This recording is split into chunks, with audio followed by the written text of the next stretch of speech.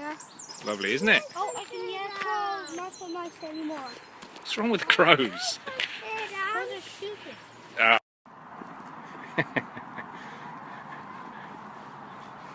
Where's it gone? Are you tired now?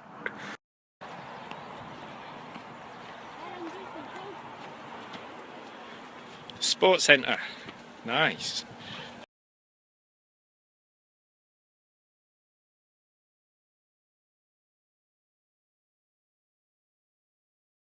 Go for a nice stroll back along the way I came with the kids. Bit of peace and quiet this time.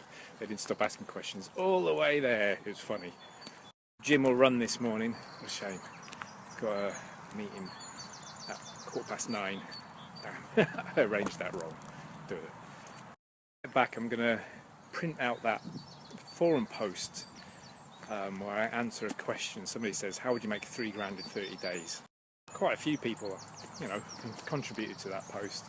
I wrote a bit, and I'm curious as to whether, if I just read it, will it come across like a normal Snapchat story? And if it does, then I can kind of pull that part out. So you Snapchatters get to see the before and after of me getting set up, trying to do it, and then me working out whether I think it's any good.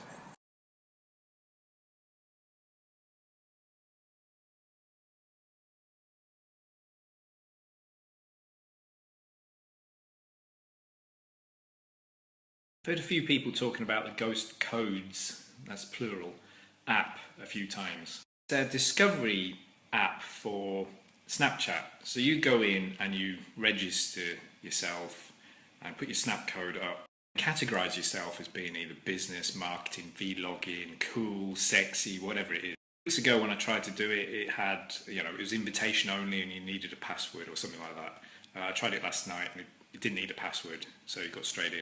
I think it's very clever of them to have created an app where it's like a directory. You put yourself in, and then I think people vote for you or give you a like, and then you rise up in your category, and then because you're higher up in that category, more people see it, you get more followers, self-fulfilling thing. Immediately see people gaming it, because as soon as I signed up, somebody liked my little directory listing or whatever it was. I don't know how they even found it so quick.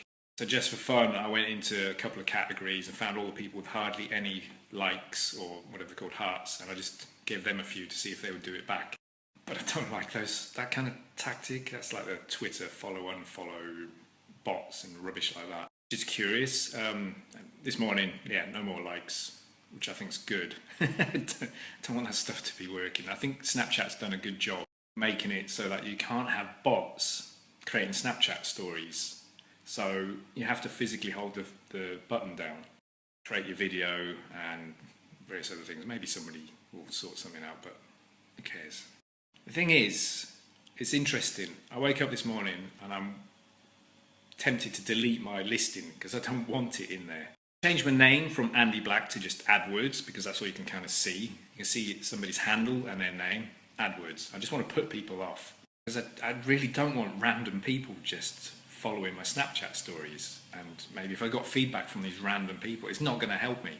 Because I'm in the B2B space, my clients are businesses, and the business owners are my ideal clients. I want to be talking to the business owners, and they're not going to be on Snapchat randomly looking for some marketing dude or a business dude to just follow and consume 10 minutes content a day or whatever it is. Marketers might be, like a business person who's a marketing consultant. They might be interested in finding out what other people are doing, as I did.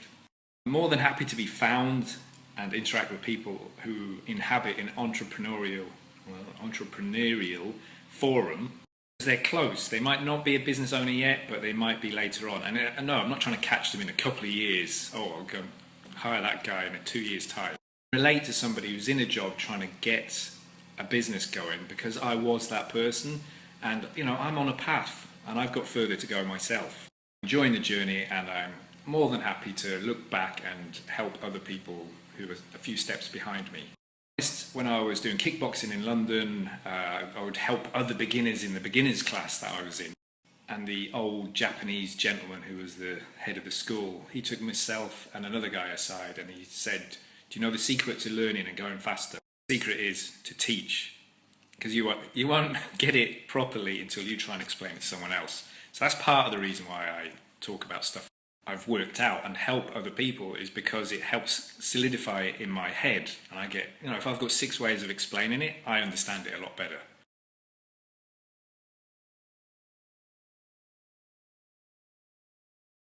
By the way, that's sort of answered your questions, Brett and Sega. I've got a list of all the questions, and there's quite a few about why would you help people? Does that really help you? So that was me going off topic for a second. What I wanted to talk about was the fact that I'm in the B2B space. Why would I be on Snapchat? Before, I'm using it as an app so that I can create videos, and I get better at creating videos. I'm also, since I started doing it, vlogging. Wow, legacy. Grandkids can see this stuff, get to know Daddy and Granddad, who he was. Maybe I can pass on some of my knowledge so that they're ahead of where I am at my age. And when I mean ahead, I mean like mindset-wise.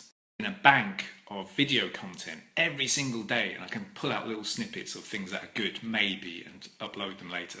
I'm not interested in building a big list of followers. Like, if people are following me, it's because they want to.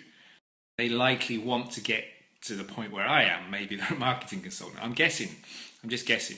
But the owner of a solicitor's firm, or the owner of a plumbing company, or the plumber who's out on his own, they're not on Snapchat, and they're not going to find me. In video logs, vlogs, my why is really big now. It's my kids and my grandkids. I'm not going to stop now. That's a good hack, by the way. If you're losing motivation and stop doing something, and it's something you kind of want to do, try and find a better why. But Andy, you're spending a lot of time doing videos and working out a process to getting it transcribed and then posted on YouTube, your blog, LinkedIn, Facebook, Twitter. Someone's mentioned Instagram. I hadn't thought of that, and maybe there's other places. Doing that to get a following? No, I'm not. But I am obviously doing that to help more people understand AdWords, to understand lead generation for their business so that they can have a go themselves. I'm not going to charge people for that. I don't want to charge people for that. People who want to do it for themselves are not my ideal client. A business is not successful enough for them to hire somebody, i.e. they don't value their time enough to hire me. By default, if somebody wants to learn how to do AdWords from me, they are not going to hire me.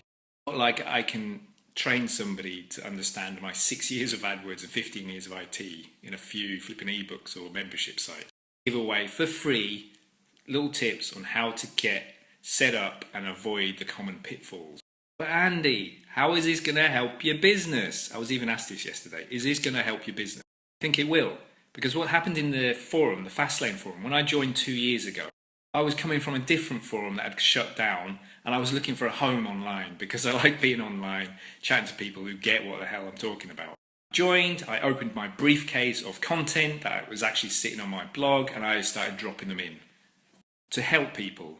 Because I get so excited once I've worked something out and I can explain it to people. I get excited to just explain it to people. At that point, I also had a small paid forum. I had 5 paying members who were learning AdWords from me, paying $50 a month. But I quickly realised they were getting so much of my time compared to clients who were paying thousands a month, and they were wrecking my head. Actually, they weren't all wrecking my head, just one who was asking questions he could have Googled, and when I gave the response, he was arguing with me. It's like, dude. Just because other people are making money with membership sites and ebooks and info products and whatnot, that's not the route I want to go down.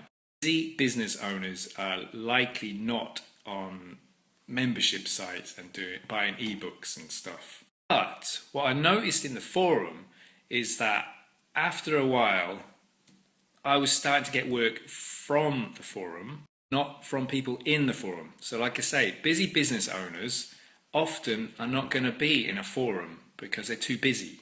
Some people do. And honestly, thank you so much for those people who drop gold and then leave the forum and then come back and drop a bit of gold and leave again. It's brilliant. By and large, people in an entrepreneurial forum are trying to get better at being an entrepreneur. Likely are trying to get started. What I noticed was I was starting to get work through referrals. People in the forum were referring me to other people, business owners. Damn, I was getting on a roll. I think I really should go onto Periscope and just flip and go for it. I was building momentum there, but I've now had to go to my meeting. Oops. From spreadsheets, Tom's been round to have a look at our decking, which we're going to get painted tomorrow.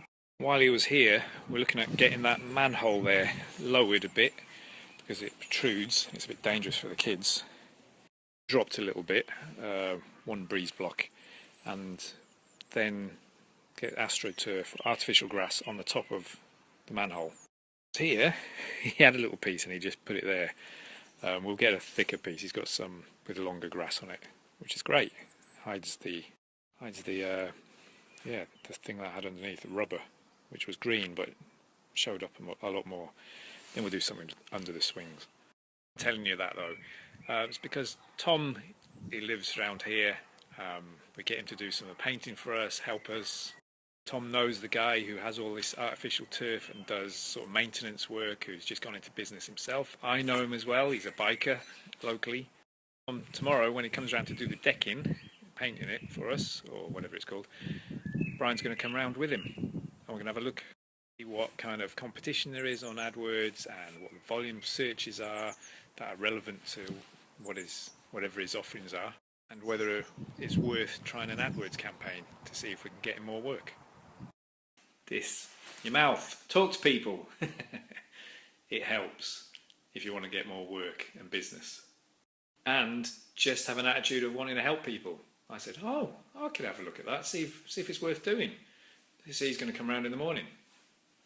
He's only just started in business himself. He's not going to be a massive client. If he becomes a client even, I might just do it, for fun anyway. If Brian paid for the ad spend, even if he paid me a tiny bit per month or nothing, I get to learn with his ad spend whether AdWords paid service works for whatever his service is. And if it works in this county for his service, I can go to other counties and do the same thing. My favourite quote is by Mother Teresa. In it she says, "Never worry about numbers. Help people one at a time and start with the person nearest you."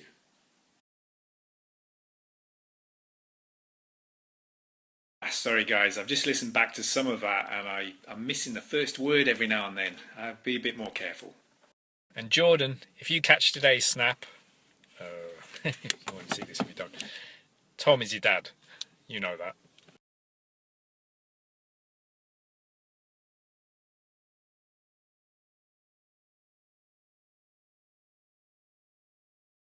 A quick call with somebody in Dublin who has a very, I don't know how big it is, a little radio station, talk about all sorts of things. Obviously she's after as much material as possible, people to interview, and I'm going in next Wednesday morning to do a radio interview. The lady I'm speaking to, she is actually going on a start your own business course or something like that. She's loving it, and maybe I'll get in as presenter. I can talk about AdWords and specifically how you can get started on a whiff of spend and validate.